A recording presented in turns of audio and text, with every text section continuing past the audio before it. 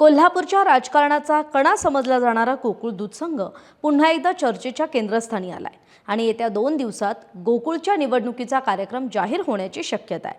त्यामुळे कोल्हापूर जिल्ह्यातील राजकीय वातावरण सुद्धा तापू लागलंय। आर्थिक आणि राजकीय दृष्ट्या प्रभावी मानल्या जाणाऱ्या कोल्हापूर जिल्हा दूध उत्पादक सहकारी संघाकडे सध्या 5400 सभासद आहेत आणि 25 संचालकांची निवड होणार आहे। त्यामुळे ठराव संकलनाला सुद्धा वेग आलाय।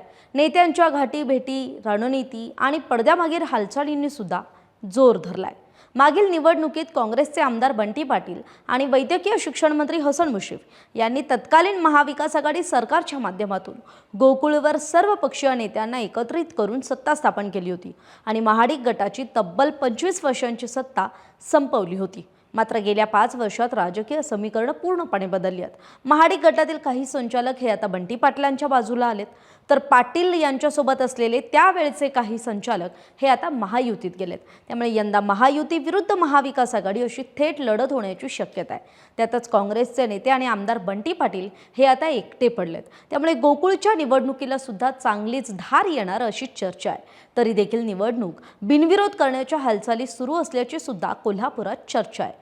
गोकुळची निवडणूक यंदा चांगलीच गाजणार आहे। गेल्या 1.5 ते 2 महिन्यांपासून ठराव गोळा करण्यासाठी नेत्यांची धडपड चालू झाली आहे। मागील निवडणुकीत गोकुळकडे जवळपास 3900 सभासद नोंदणी होती, मात्र मागील 5 वर्षात या सभासद नोंदणीत वाढ झाली आहे आणि ती संख्या आता 5400 इतकी झाली आहे। एकीकडे महायुती म्हणून निवडणूक लढवण्याच्या तयारीत असताना दुसरीकडे काँग्रेस नेते बंटी पाटील सुद्धा महाविकास आघाडी म्हणून या निवडणुकीला सामोरं जाण्याच्या तयारीत आहेत। यंदाच्या निवडणुकीची मॅजिक फिगर असणारे 2700, म्हणजे विजयी उमेदवाराला आणि विजयी गटाला 2700 मतांची गरज असणार आहे। नव्या नियमानुसार प्रत्येक उमेदवाराकडे किमान 130 ठरावधारक असणं आवश्यक असणार आहे। सध्या शौमिका महाडिक, अरुण डोंगळे, विश्वास पाटील, चेतन नरके, अजित नरके, राजेंद्र पाटील यड्रावकर, अंबरीश घाटगे यांच्यासारख्या नेत्यांकडे 200 पेक्षा अधिक ठराव असल्याची चर्चा आहे।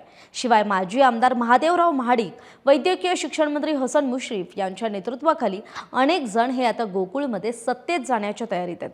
त्यामुळे ज्या पॅनलकडे मॅजिक फिगर गाठण्याचा आणि ज्या संचालक उमेदवाराकडे 130 पेक्षा अधिक ठराव असणार आहे तोच या सर्व पॅनलला विजयापर्यंत नेऊ शकतो।